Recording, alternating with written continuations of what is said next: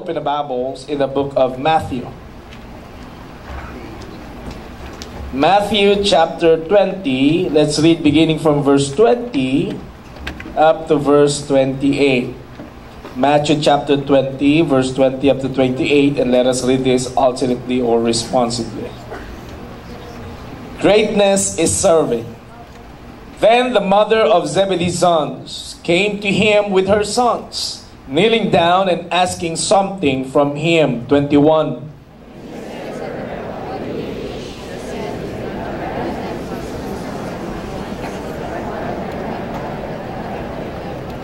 But Jesus answered and said, "You do not know what you ask. Are you able to drink the cup that I am about to drink, and be baptized with the baptism that I baptize with?" They said to him, "We are able." 23.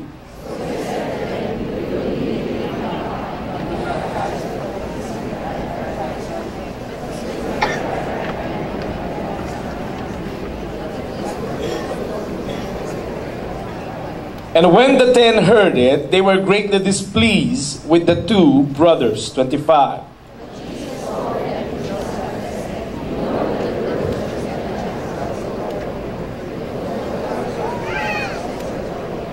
Yet it shall not be so among you, but whoever desires to become great among you, let him be your servant. 27.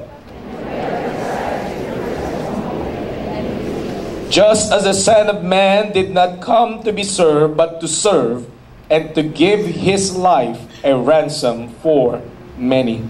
May the Lord add his blessings upon reading of his word. You may now take your seats, please. The title of the message that I would like to share with you this afternoon is Very Well Meant, but Wrong. Very well meant, but wrong.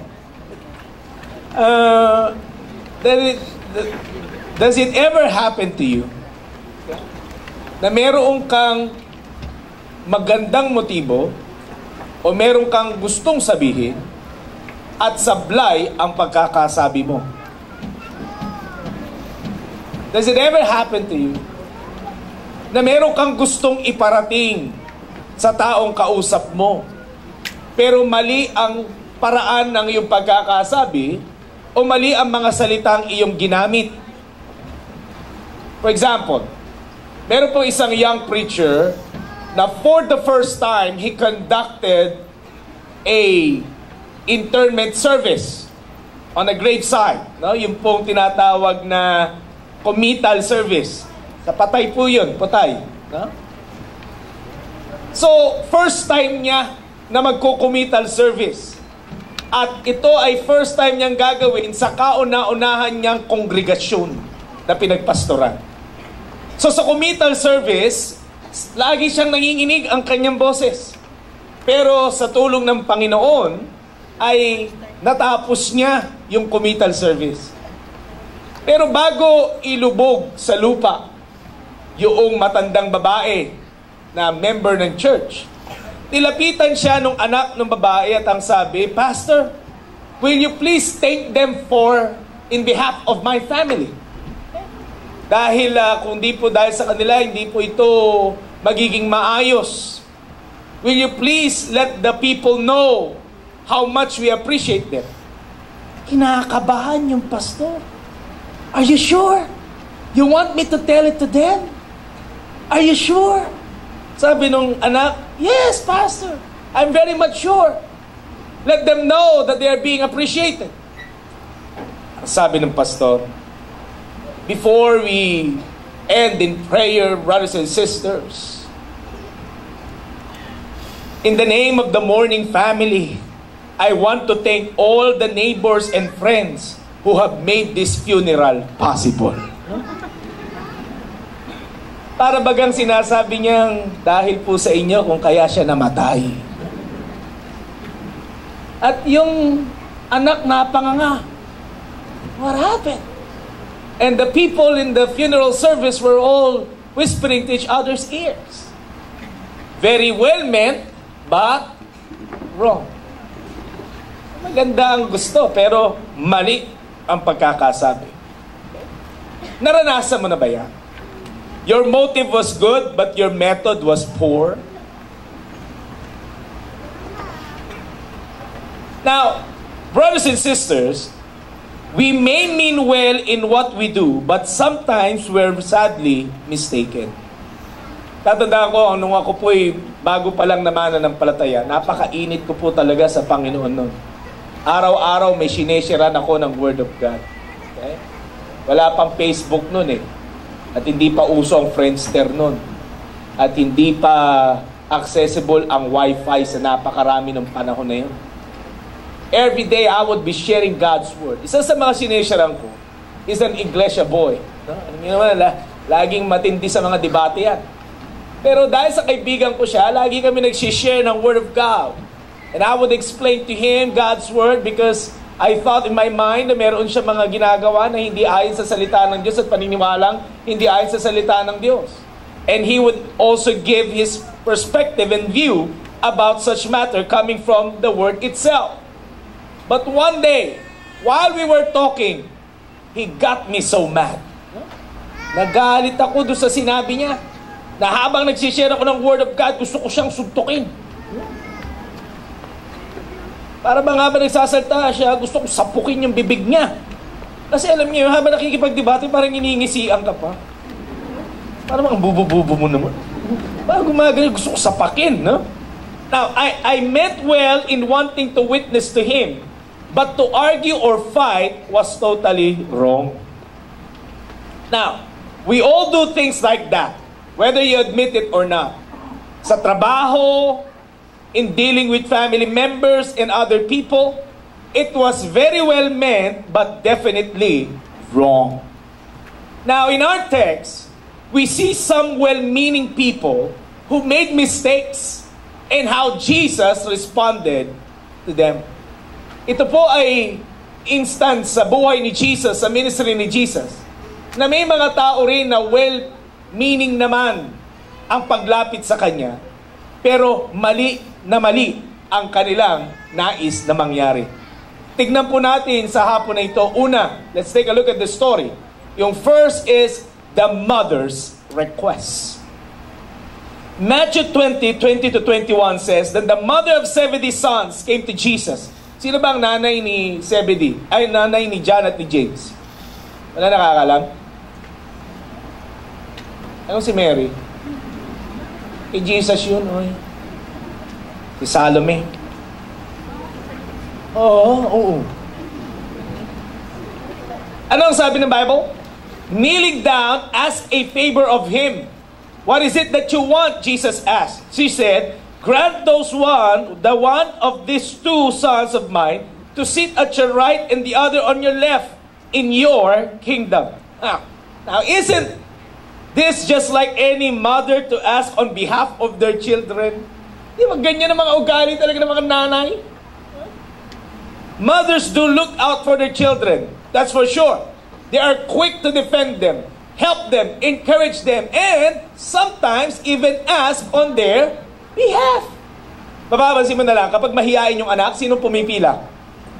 Nanay. Pag nagbibigay ng aginaldo, di ba? At yung anak, ayoko na. Yung nanay yung pipila, kahit puro mga kasama, mga bata.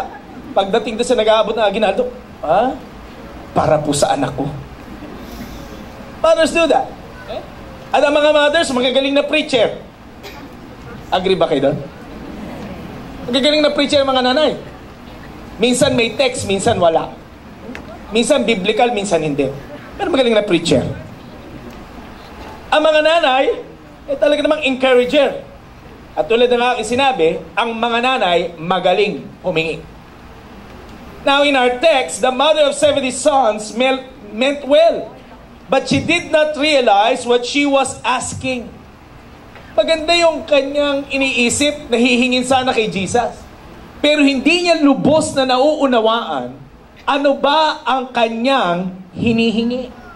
Now this might be some like mother asking the President of the Philippines, no? Lalo na yung bagong presidente, na pagdalaw mo sa kanya, sasabihin mo, Mr. President, please let my son be your Vice President. It won't happen. Kasi una sa lahat, ang Vice President ini-elect. Pangalawa, meron nang nanalo. At hindi pwedeng hingin mo sa Presidente na yung anak mo ay maging Vice Presidente. Now, in the case of Salome, she wanted something good for her sons. She was asking the right person but asked the wrong question. She was asking for something that was completely out of the question. Para bagang nonsense ang kanyang hinihingi. At yung kanyang hinihingi is totally ridiculous dahil hindi niya lubos na naiintindihan ano ba yung gusto niyang mangyari sa kanyang mga anak. Alam mo, parang katulad din natin yan sa panahon natin. Paano, Pastor? Paano? Sometimes we ask God with so much ridiculous things. May mga tao ngayon, alam mo, ganito mga panalangin. Lord, please, pagpalain mo ako, panalunin mo po ako sa loto. Yung iba nga minsan, iuhulog pa sa offering basket yung loto card. Nangyayari yan. Tagal ko ng pastor, oy. Ang panalangin, Lord, patamahin mo po ako sa loto, Panginoon ko. Minsan niya hawak pa yung ticket sa bulsa habang nagpe-praise and worship. Hallelujah. O, pag hindi naman tumama sa loto, Lord, kung hindi naman loto, sweepstakes na lang. Lalo na, di ba, ng mga nakaraang araw na balita, may nanalo na 7 milyon. Mapapawaw ka talaga, wow. O kung hindi naman sweepstakes, Lord, panalunin mo po ako sa wedding, 13-17. Birthday ko po yun at birthday po ng anak ko. O Lord, kung hindi naman po loto, hindi po sweepstakes, hindi po wedding, loteng na lang. Panginoon. At kung hindi pa rin po ako manalo sa loteng, Lord, sa karera ng bangka na lang po.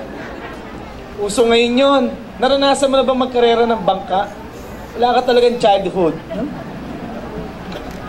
Nung mga bata po kami, pag umuulan at malakas ang alon ng agos ng kanal, magawa po kami ng bangka na yari sa, hindi po sa papel, malusaw yun. Ano ka ba? Sa posporo. At yun po, nagkakarera kami. Kung sino manalo, panalo ang pusta. Kaya lang po, nakita ata ng mga matatanda na pwedeng pagkakitaan. Matatanda na po ngayon nagkakarera ng bangka. May mga ganyan panalangin, Lord. Patamain mo po ako sa kung anuman ang tinayaan ko. Now, it's not wrong to ask God to bless you. It's not wrong to pray for God's provision and blessings in your life. But remember this, God's blessing will not run contrary to His word and principles. Amen?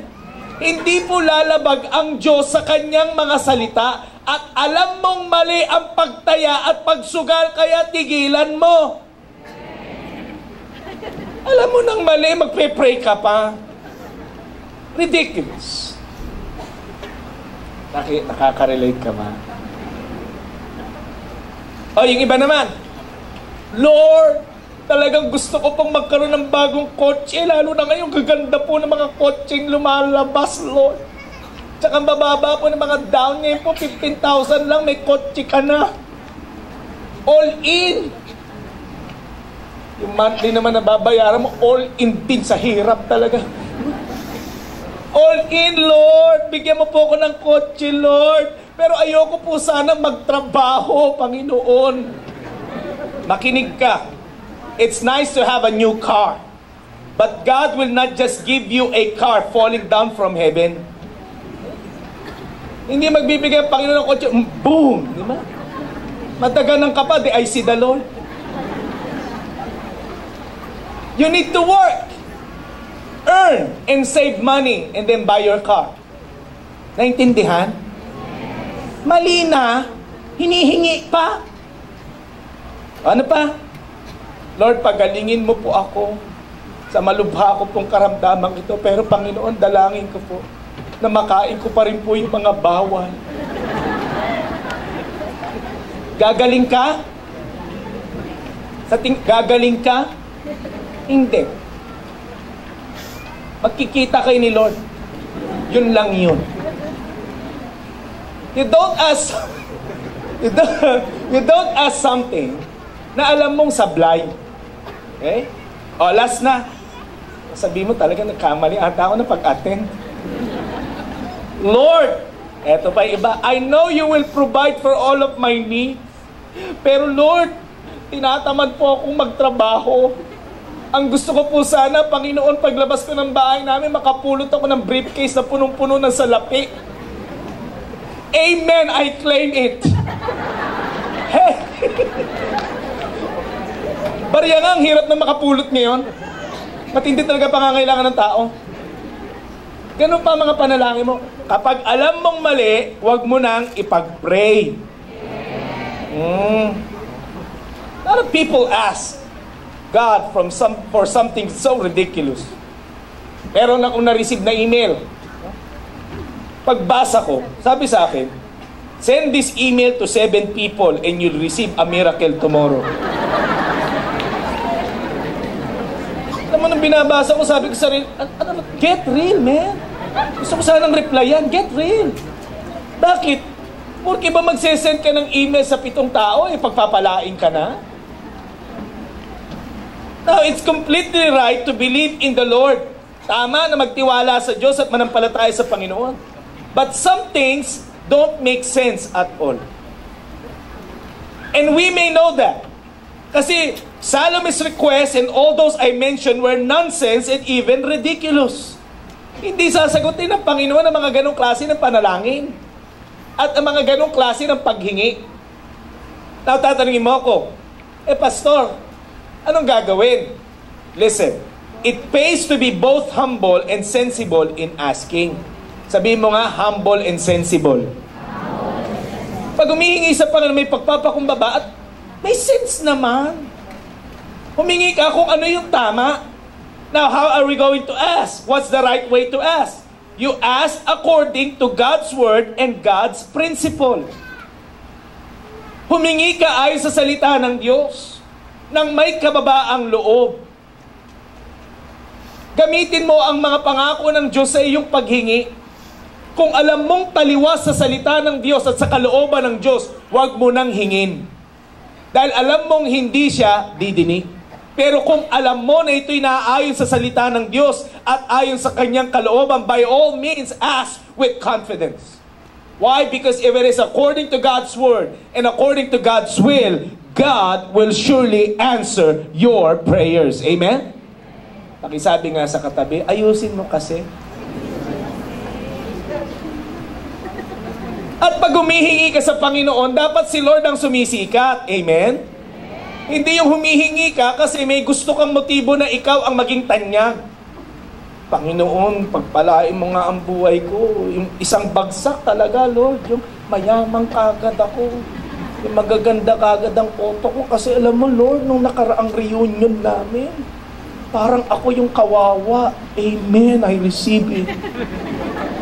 Alam mo, pag ganyan ang mga banat ng panalangin mo, it just shows na mali ang motibo. Bakit? Anong gusto mong i-prove ngayon? Magaling ka? Nasikat ka? Oh no. Always remember this. Kapag ang panalangin mo, ang motibo ay mataas ang Panginoon, na ang Diyos ang sumikat sa buhay natin, na mabigay ang papuri hindi sa iyo, kundi sa ating Panginoon. All the more that God will move on our behalf. All the more that God will bless us. All the more that God will anoint us. And all the more that God will answer our prayers. Nawa mga panalangin natin ay tama at taayos ang motibo. Na Lord, pagpalain mo ko upang maging pagpapala ako sa iba. Tama yun?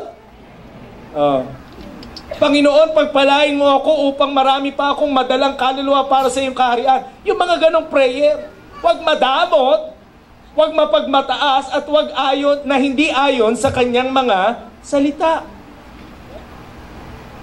The mother's request. Ulitin mo nga sa katabi mo, umingi ka ng maayos. Alam niyo, ang ganda niyo tingnan dito, sabi ng isa. Parang pang-asar ka lang The second thing that we're going to look at in this particular story is the Christ comeback. Don't you love good comebacks? Gaganda ng mga comeback sa buhay. No? Yung bang talo na, nanalo pa. Sa mga fans ng GSW, next season na lang. No? Okay?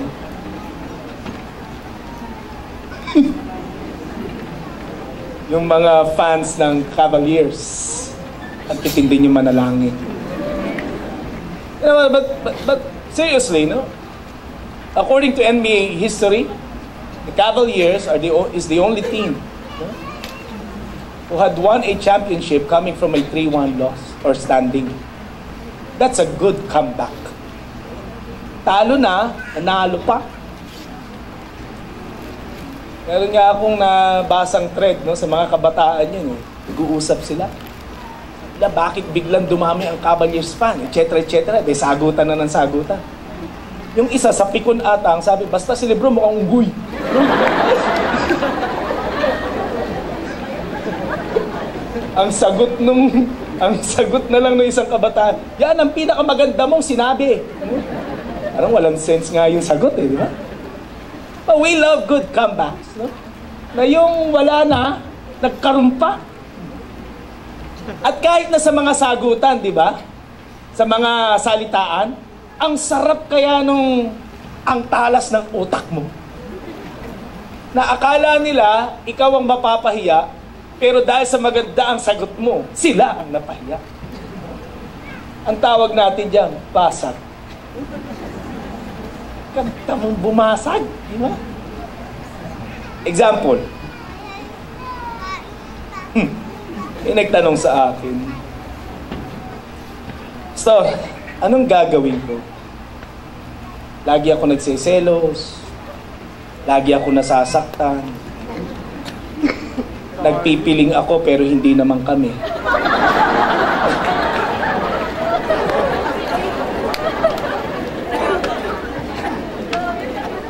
Alam niyo, simple lang ang sagot ko. Gumising ka, oy. You wake up, you get back into reality. Hindi naman pala kayo. Buti sana kung kayo, maawa pa ako. Hindi naman pala. Now, not everyone is quick in their thinking, di ba? Pero alam mo, si Jesus magaling dyan. Dahil lahat na lang ng gustong barahin si Jesus at gustong itrap si Jesus, laging may sagot si Jesus. At isa itong instance na ito. Ano ang request ng asawa ni Zebedee?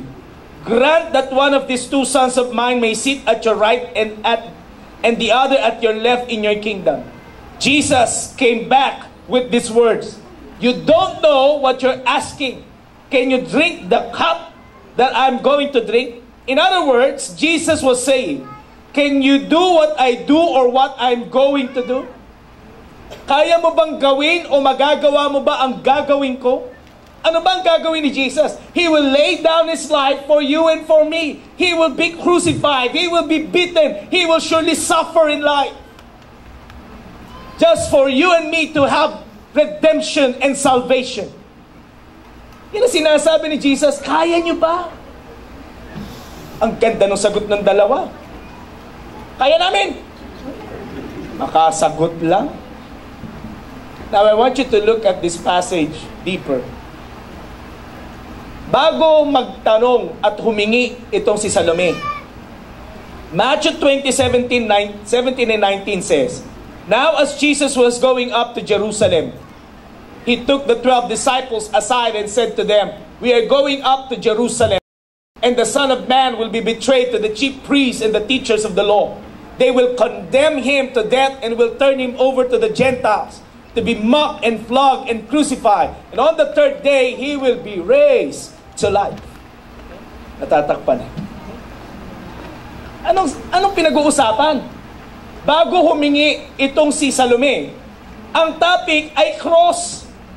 Jesus had just talked about being crucified. But these people, they were interested in honor. Anong pinag-uusapan? Suffering. Jesus was talking about His suffering, but these people were asking blessing sa posisyon. They were struggling for power. While Jesus was talking about His death.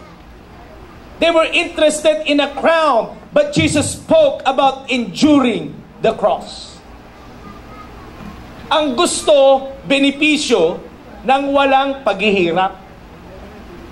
Ang gusto, posisyon na ibaabot na lang sa kanila without enduring hardships in life. Anong sabi ni Thomas A. Kempis? Isa po siyang German scholar. Sabi niya, Echo, Jesus had many lovers of His kingdom, but few bearers of His cross. All desire to rejoice with Him. Few are willing to suffer sorrow for His sake. Many follow Jesus unto the breaking of bread, but few to the drinking of His bitter cup. End of quote. Maraming pumupunta sa church at sinasabi na mga sila'y mga mananampalataya, ang gusto lang pagpapala, pagpapala, pagpapala. Pumupunta sa church kasi pagpapala. Pag maayos ang buhay, Lord, hallelujah, thank you, Jesus. Pero kapag may mga pagsubok na, nawawala na rin. Kapag ka nape-persecute na, ayoko na. Actually, hindi naman talaga ako Christian, dumadalo lang. They don't want to endure sufferings. Marami ang breaking of bread lang, breaking of God's blessing.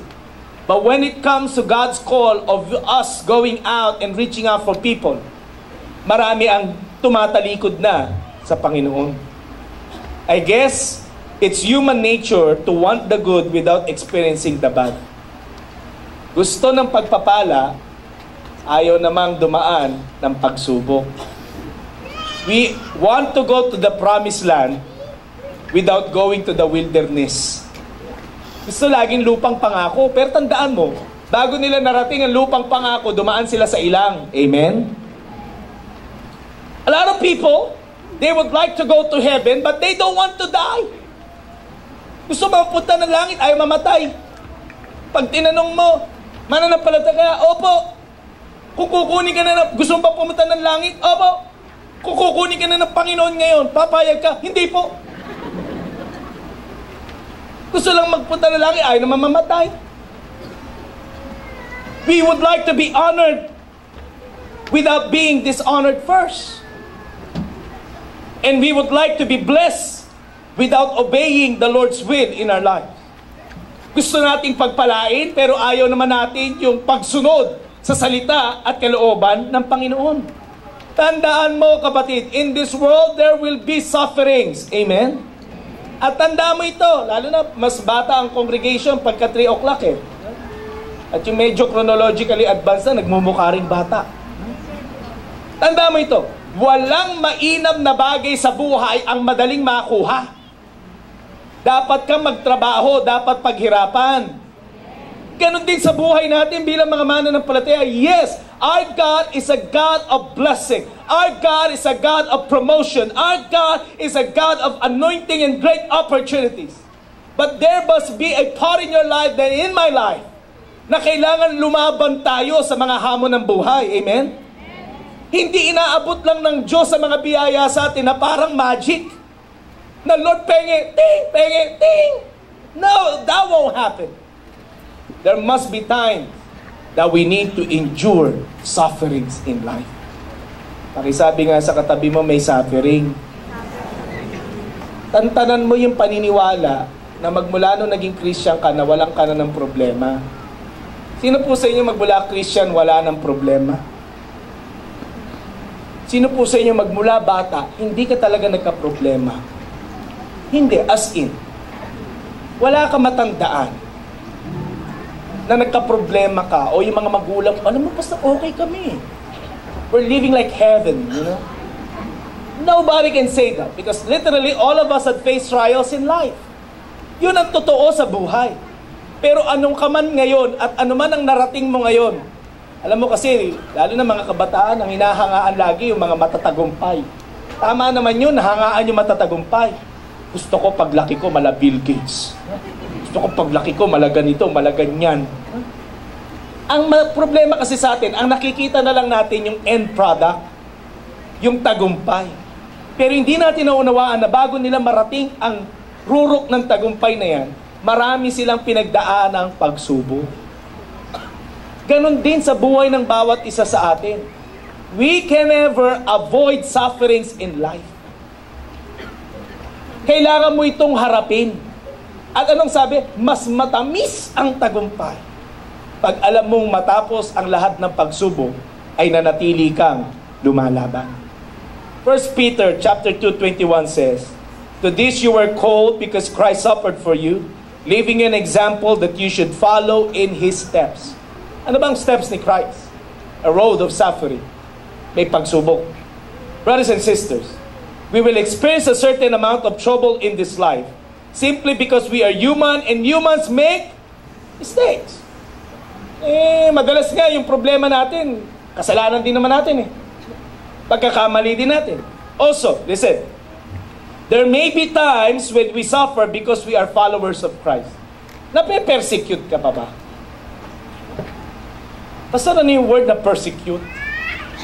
Yung ikaw ba'y napagtatawanan dahil ikaw ay Kristiyano? Ito, sa atin na lang. Tsaka sa mga taga-Cinema 6.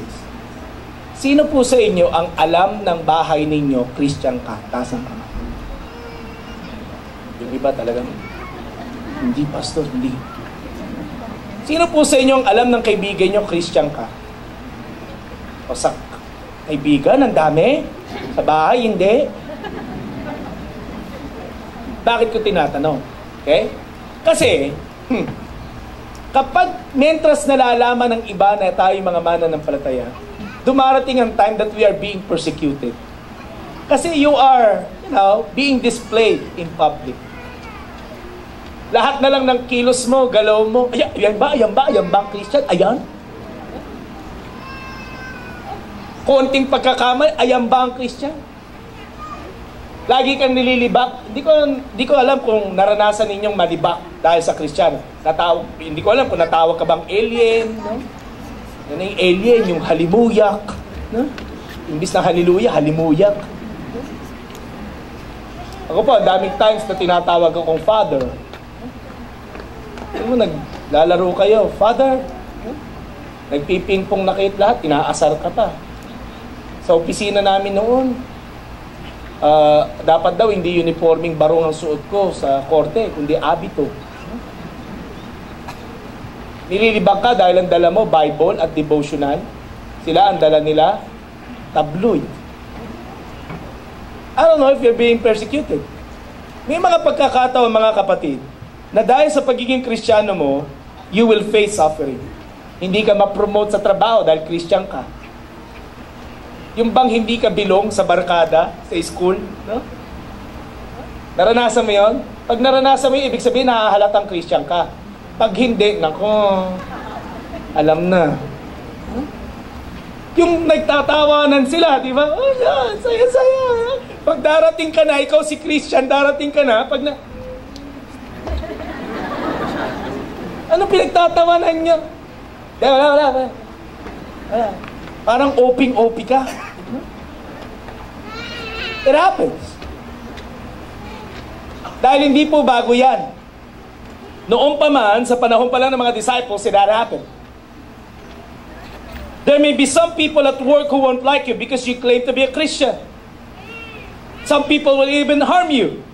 All of us will face hardships in this life. Hindi instant ang biyaya. There will be sufferings in life. Dapat maging tama ang perspektibo natin Marami kasi sa atin, mga Kristiyanong malalambot ang ilong. At mga Kristiyanong mga patalikod ang lakad sa Diyos. Anong ibig kong sabihin? Pag may problema na, umaayaw na sa Panginoon. Madaling matisod. Madaling umayaw. Mga kapatid, tandaan mo ito. Kung sa panahon ng problema ay tatalikod ka sa Panginoon, walang pag-asa doon. Amen? Dahil mentras sumaharap ka sa matinding pagsubok ng buhay, hindi mo kailangan magtampo kay Lord, lalo kang dapat kumapit sa Panginoon.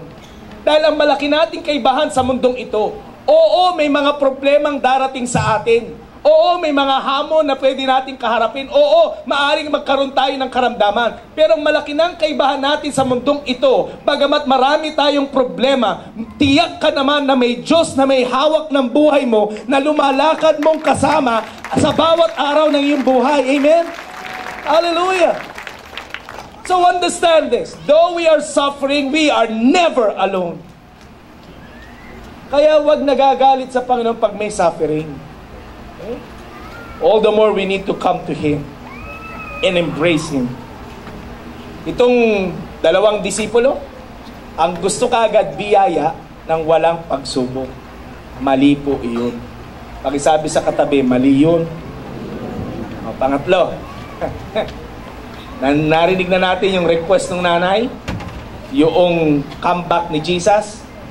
Pag-usapan naman natin yung the other disciples' reaction.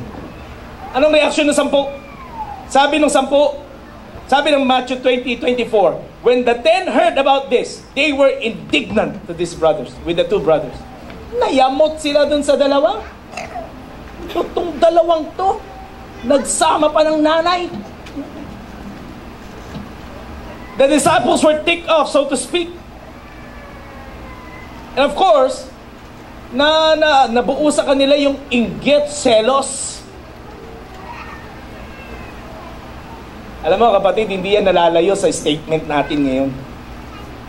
Maraming tao sa panahon natin ngayon, inggitero. Inggitero na, seloso pa. Example, ay, hindi fair ang buhay. Bakit siya? Mas marami siyang vacation kaysa sa akin. Mas madali ang trabaho niya kaysa sa akin. Eh? Ano pa? Bakit yung anak niya mukhang mabait? Sana ganun din ang mga anak ko para ang image ko, good parent. Alam mo, minsan mukha lang mabait, hindi naman talaga. Inggitero. Ano ba? Yung kapitbahay namin, bago yung sasakyan, ang laki ng SUV niya, ang kintab, ang laki ng gulong. Ang tuloy ng sasakyan niya. Yung teeth talagang napakakapal, para kang walang laman sa loob. Saka mukhang napakalamig, ang bago-bago niya. Sana katulad na lang ako niya. Inggitero. Pakita ng mga katabi mo, inggitero ka? Oh, ay, ito pa. Gusto ko tayo. Oh, bakit naman siya? Napaka-trim niya, napaka-slim niya.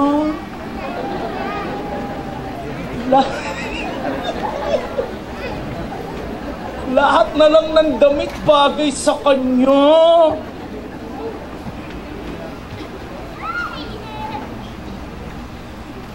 Inggitero. Anong gagawin? Hindi na ako kakain. Maging kamukha ko lang siya. Have you been there and thought about that? Jealousy. Pagkaselos. Pagkainggit. Na dati ikaw ang sikat sa opisina. Ikaw ang maalam sa computer. Yung mga kaopisina mo, ganun. Ito bang nakakayaman po, no? Pero ganun dati sa husgado eh. Kasi kami dati sa husgado, walang computer. Kaya yung mga kaopisina ko, nung first time na nagkaroon ng computerization sa Supreme Court, wala pong araw na hindi ako tinanong, anong gamit nito? Anong gamit nito? Mouse. Ano? Hindi alam yung command talaga, really. Nung dati, ikaw ang superstar, talagang nilalapitan ka. Paano bang, gawin? Anong pipindutin? Feeling mo you're so important, you know? I'm so important, I'm so valuable, you know? Tinaw na pasabi, may bagong empleyado. Naku, siya na ang nilalapitan ngayon. Hindi na ikaw. Anong feeling ngayon? Selos. Bakit siya lang ba nakakalamin?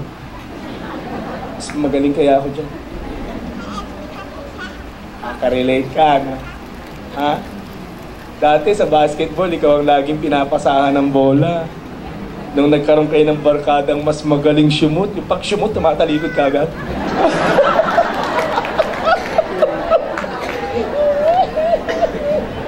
Gusto ko yun. Hindi pala pasok. Nung meron ng mas magaling na shooter kesa sa'yo, naku, siya nang laging pinapasak. Anong yun ang dating mo? Ganda lang uniform mo. Selos. Ha? Alam niyo po, nangyayari din yan sa mga pastor. Hindi po dito sa Word of Hope. Ha? Huwag kang mag-alala. Meron pong preacher noon, matagal ng panahon, ang pangalan niya ay si F.B. Meyer. Siya po ay kaibigan ni G. Campbell Morgan.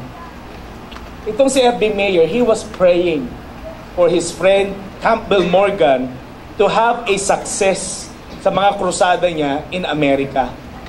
Kaya lang, nung bumalik si Campbell Morgan sa England, nagtayo ng church katabi ng church niya. Ang sabi ni F.B. Meyer, it was so hard for me to pray for success.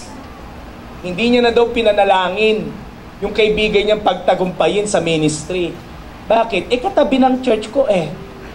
Sabi niya, and I quote, the old Adam in me was inclined to jealousy. Nakinig ka, kapatid. Pag hanggang ngayon, seloso ka pa rin at inggitero ka pa rin sa mga bagay sa bagay na meron ng ating kapwa, ang tawag sa'yo, baby Christian pa din. Nakitanong mo nga yung katabi mo, baby ka pa din. Sabi ng 1 Corinthians 3:2-3, I gave you milk, not solid food, for you were not yet ready for it. Indeed, you are still not ready, you are still worldly, for since there is jealousy and quarreling among you, you are not worldly? Are you not acting like mere men? Pag tayo daw po yung mga inggitero pa, tayo mga sanggol pa. At immature. Now, tatanungin mo ako, Pastor, anong gamot sa selos o sa inggit? How can I overcome this? Now listen, we lean on Him and we learn to be content with who we are and what we have, knowing that He will take care of us. Amen? Paano daw malalabanan ng pagkainggit? Maging kontento tayo. Magpasalamat tayo kung ano ang meron tayo at kung anong pagkakagawa sa atin ng ating Panginoon. Amen? Kaya po tayo mainggitin ay dahil mahilig ka mag-compare. Once you compare yourself to other people, diyan na nagsisimula yung inggit. Bakit siya? Bakit siya? Bakit siya? Buti pa siya? Buti pa siya? Inggit eh. Anong dapat gawin? Makontento. Dahil anuman ang meron tayo mga kapatid, sapat ng pagpapala yan at sapat ng mga bagay yan upang pasalamatan natin ang Diyos sa lahat ng kanyang biyaya sa ating mga buhay. Amen? Hallelujah! At pakinggan mo ito. Kung meron mang pangangailangan sa buhay mo, hindi mo kailangan mainggit at tumingin sa iba. Ang kailangan mo'y tawagin ng Panginoon. Bakit? He will supply all of our needs. He will take care of us. Amen? Pakisabi sa katabi mo, tigilan mo yung kakainggit. Tigilan mo.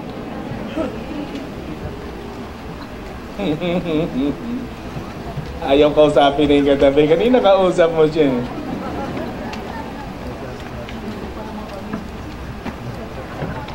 Tsaka, tandaan mo, there will always be someone who is better than you. Laging merong mas may gagaling sa'yo. Nung nagsabog ang talino, ang Diyos ng talino at galing, hindi lang ikaw ang gising. May ibang gising din. Huwag kang gahaman. Laging merong mas magaling. Laging merong mas talentado. Laging merong mas mayaman, mas matalino, mas maganda, mas nakakatawa. Huwag mong kunin lahat. Kasi hindi tayo pwedeng maging pare-pareho. Kamusta ka naman kung lahat tayo magkakamuka? Payag ka? Siyempre hindi.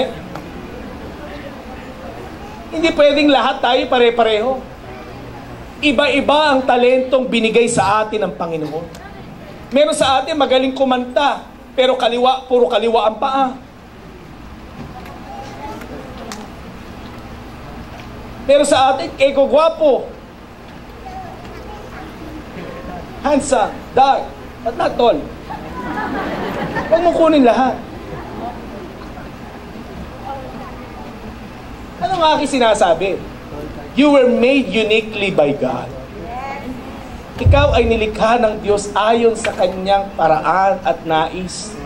Anong sabi ng Bible? We are made fearfully, wonderfully, nakakatakot at kahila-hilakbot. Tayong nilikha ng Panginoon.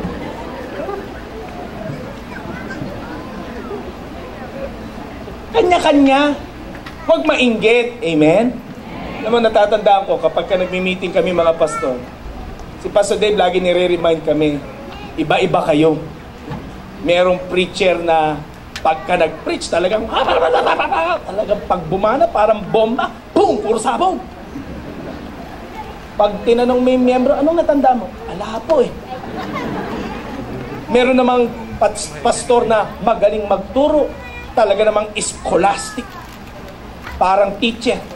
Yung kongregasyon nakakasumpong ng kapahinga. Nakakita ka naman ba? Yung nag-i-struggle.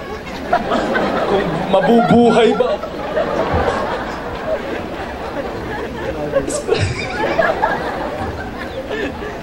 Meron namang pastor na napaka-soft-spoken.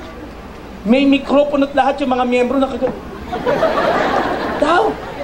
At least gising. Iba-iba. Kaya hindi kailangan mag-inggitan. Tandaan mo, sa kaharian ng Panginoon, ano sabi ng Bible? Iba-iba tayo ng parts, iba-iba tayo ng kakayanan, pero iisang Diyos lamang ang dapat na nabibigyan ng kapurihan. Amen? Listen, we all need to treasure what God has given us. Make the best of it and use it to His glory. If we focus more on Him and how to glorify Him, the less jealous we will be. Pag ang desire mo ay si Lord ang sumikat sa buhay mo, na sa lahat ng meron ka, ito'y para sa Panginoon, gagawin mong lahat para sa Panginoon, natatakpan ang mata mo upang makita ang anumang bagay na meron ng iyong kapwa. Bakit? Ang nakikita at ang satisfaction mo ay mabigyan ng kapurihan ang ating Panginoong Hesukristo. Hallelujah. Pakisabi ulit sa katabi mo for the last time, huwag tayong inggitero. Talagang may diin, huwag tayong... Last but not the least, the Lord's example. Matthew 20:25 to 28 says, Jesus said, "You know that the rulers of the Gentiles lord it over them, and the high officials exercise authority over them. Not so with you. Instead, whoever wants to become great among you must be your servant, and whoever wants to be first must be your slave. Just as the Son of Man did not come to be served, but to serve and give His life as a ransom for many." Anong sabi ni Jesus? Ito ang totoong kadakilaan.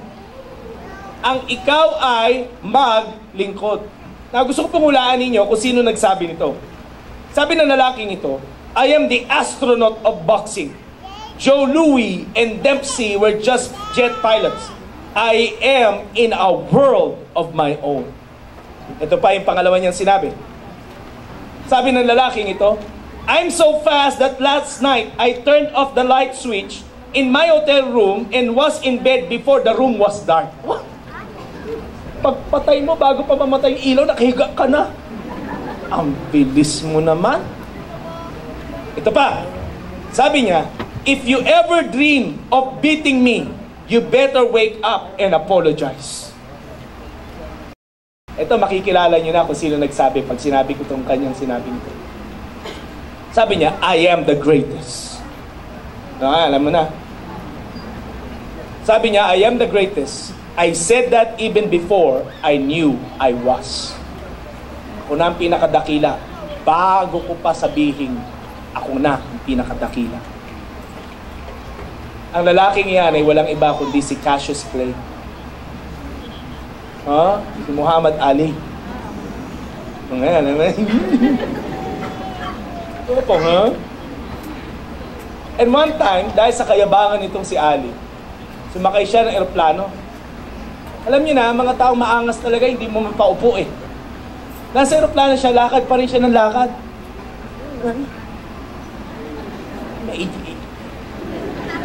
Galaw ng galaw, na? At nandun na sa gitna ng eroplano, ganun pa lang yun. Ang hirap mag-sermon talaga, no? Sabi nung stewardess sa kanya, "Sir, please, take your seat and fasten your seatbelt."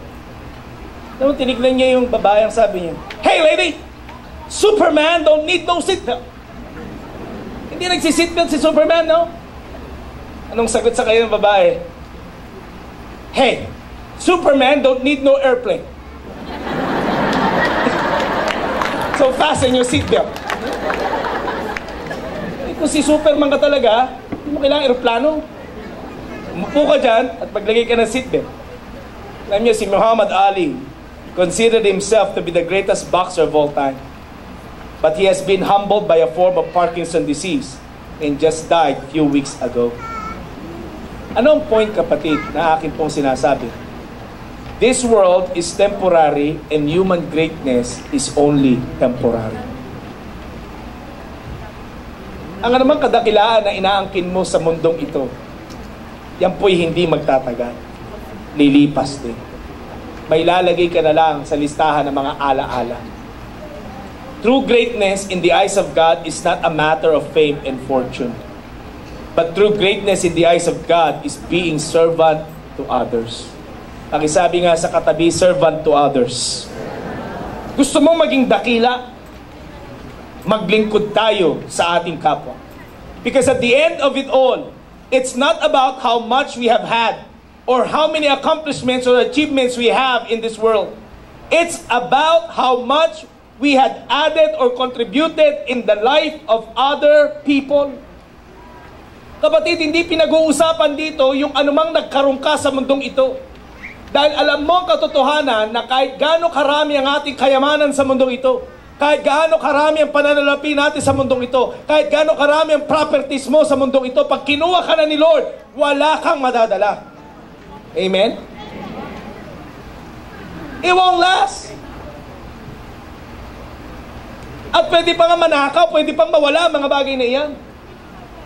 Pero yung contribution mo sa buhay ng ibang tao, na habang nabubuhay ka sa mundong ito, ay naging pagpapala ka sa kanila, tumutulong ka sa kanila, inaangat mo ang kanilang mga buhay, ini-encourage mo ang ibang tao. Kapatid, mamatay ka man. At siguradong lahat naman tayo darating doon. Ang mga taong ito, mananatili kang buhay para sa kanila. Amen?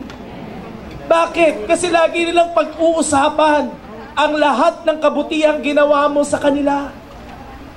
They will always remember your goodness and how you had changed their lives and how you had helped them.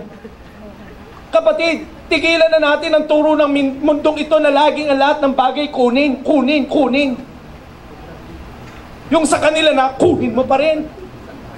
Let us not do the practice of this world.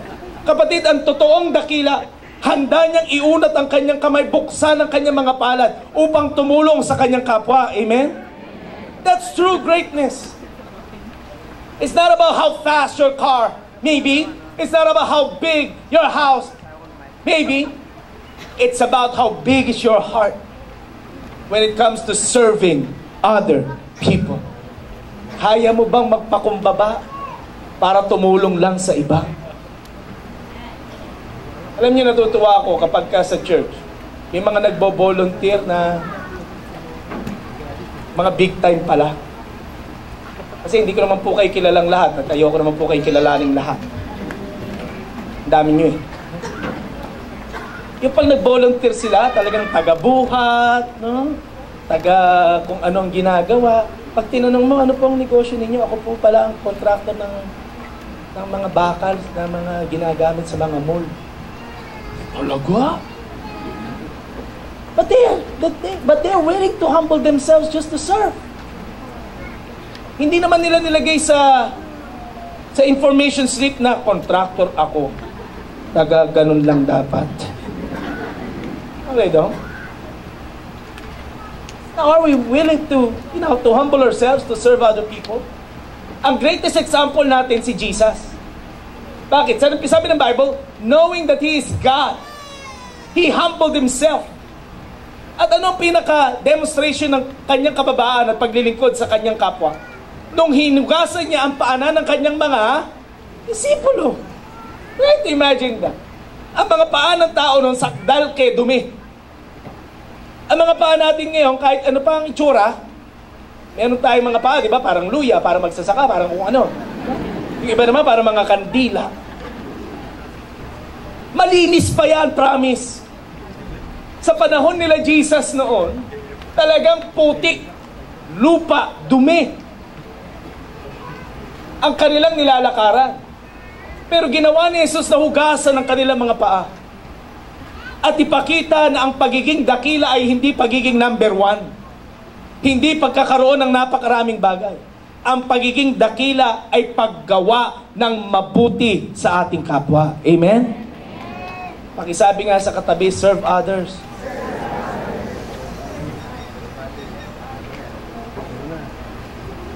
We should strive to be servants. God wants us to serve one another in love. If Jesus was not proud or too proud that He washed the disciples' feet, we should imitate Him. Pakisabi sa katabi, gayahin natin si Jesus. Humbly serving others. Meron pong sinabi si John Wesley that I would like you to write down. Do all the good you can, by all the means you can, in all the ways you can, in all the places you can, at all the times you can, to all the people you can, as long as you can. That's a wonderful reminder when it comes to serving people. Sa lahat ng oras, paglingkuran o tumulong sa iba. Gumawa ng mabuti para sa iba. Sa lahat ng panahon, sa lahat ng lugar, sa lahat ng klase ng tao, hanggat buhay ka, hanggat kaya mo, gumawa ng mabuti sa ating pong kapwa. Now, in conclusion of this message, meron pong aklat na naisulat na ang pamagat ay I Was Wrong. Ito po'y sinulat ni Jim Bakker. Siya po ang former PTL or Praise the Lord leader na nakulong. Dati siyang tele-evangelist na nakulong. Bakit po siya nakulong? Dahil sa pera. Sa mga donations na ibinigay sa church. Ang sabi, binili ng ganito, binili ng ganyan, pero wala pong nangyari. Sabi niya, paglabas niya ng bilangguan, nakagawa siya ng libro. Ang pamagat nga po ay I Was Wrong. Part ng librong ito ay ito po ang katagan niya. I was wrong. Wrong in my lifestyle, certainly, but even more fundamentally, wrong in my understanding of the Bible's true message. Not only I was wrong, but I was teaching the opposite of what Jesus had said. Alam niya, mali ang kanyang pananaw, mali ang kanyang practice. Kaya nung finally, when he realized it, he asked God to forgive him. Now, let me ask you before I close. Did you ever tell God that you were wrong? Sa mali mong paghingi, sa pagmamataas natin, sa pagiging ganid natin, at mainggitin sa ating kapwa. Dumapit ka na ba sa Panginoon at tumingi ng tawad sa Kanya? When was the last time that you confessed you were wrong? Lord, patawarin mo po ako, mali ako. Kapatid, our wrongdoing is not the end of the story. Maaaring lahat tayo nagkamali, and definitely lahat naman tayo nagawa natin ang bagay na ito. But here's the good news. Sabi ng Bible in Hebrews 4:15-16, "For we do not have a high priest who is unable to sympathize with our weaknesses, but we have one who has been tempted in every way, just as we are, yet was without sin. let us approach the throne of grace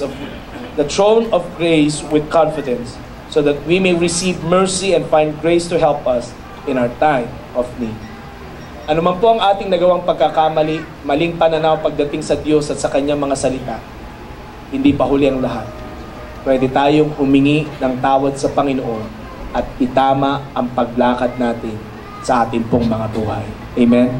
Let us bow our heads and let us pray. Our gracious God and Heavenly Father, this afternoon we would like to thank you for giving us this opportunity once again that we had listened to your words. Panginoon, ang dalangin ko po, kausapin mo po kami, tagpuin mo po ang bawat isa sa amin, at lagi mong ipaalala, O Diyos, na ang buhay namin ito ay magiging tiyak lamang kung ikaw ang tunay na may hawak nito. Habang ang lahat ng ulo'y nakayuko at matay nakapikit, sa hapon na ito, maaaring sinasabi mo, Pastor, nais ko ng buhay na pinagpala. Nais ko ng buhay na sa kabila ng napakaraming mga pagsubok, ay mananatili akong lumalakad sa kanyang mga salita. Nais ko po ng kapatawaran, kapayapaan at kagalakan. Kung yan ang iyong panalangin, kapatid, ang kailangan mo ay si Jesus. Only Jesus can give you the desires of your heart. Only Jesus can transform your life. Only Jesus can give you true peace. Tanging si Jesus lamang ang pwedeng magbigay sa iyo ng totoong kagalakan. At kung sa hapon na ito sinasabi mo, Pastor, nais kong ibigay ang buhay ko kay Jesus. Tanggapin siya bilang aking Panginoon at sariling tagapagligtas.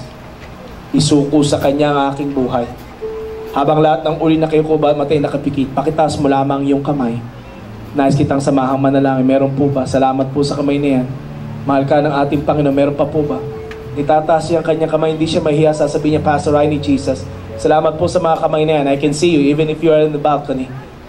God loves you. And even at Cinema 6, if you would like to give your heart and your life to Jesus, today is that wonderful day. Kapatid, hindi bukas, hindi sa makalawa, ngayon ang araw ng iyong kaligtasan. And if right now you are saying that you need Jesus, I want you to raise your hand. I would like to pray with you. Salamat po sa mga kamay niyan. Mahal ka ng ating Panginoon. Let's all stand together in this place. Hallelujah. Now, this is the challenge that I would like to give. Alam ko, kapatid, nakakahiya magtaas ng kamay. Minsan pa nga nakakatakot yan. Lalo na kung pakiramdam mo, ikaw lang ang nagtaas ng kamay.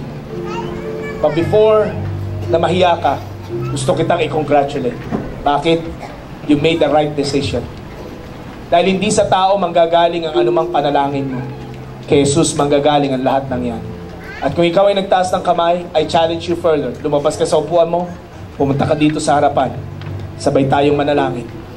Sabay nating isuko ang ating puso, ang ating buhay sa ating Panginoon Kristo. No matter how young you may be, no matter how old you may be, salvation belongs to Jesus.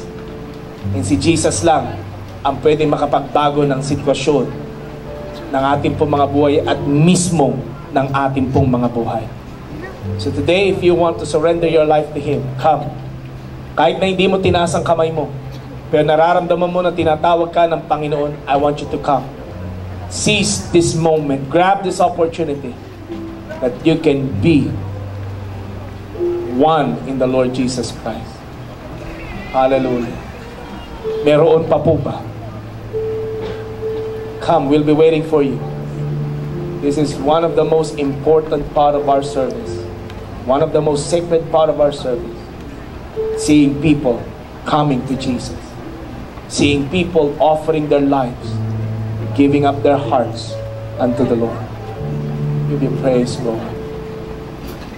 Give you praise, Lord. Give you praise. Hallelujah. Meron pa po ba? Sa mga kapatid po nating lumapit dito sa harapan, again, I would like to congratulate you for making this decision. This is the right decision.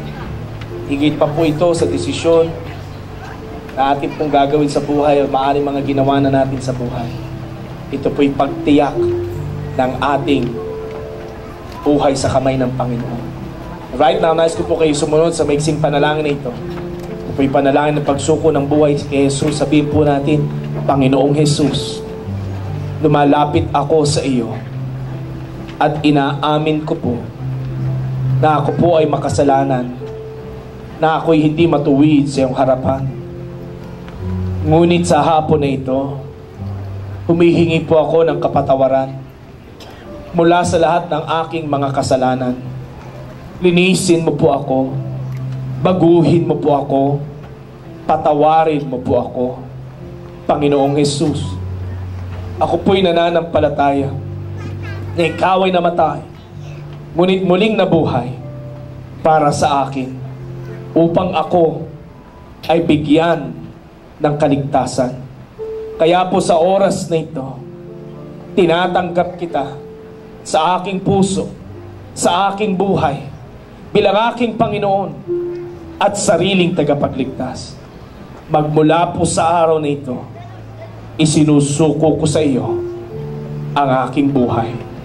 Salamat po, Panginoong Jesus, sa pagpapatawad mo sa akin. Salamat po, Panginoong Jesus, sa buhay na walang hanggan. At salamat po dahil ang aking pangalan ay sinulat mo na sa aklat ng buhay. Salamat pong muli. Amen.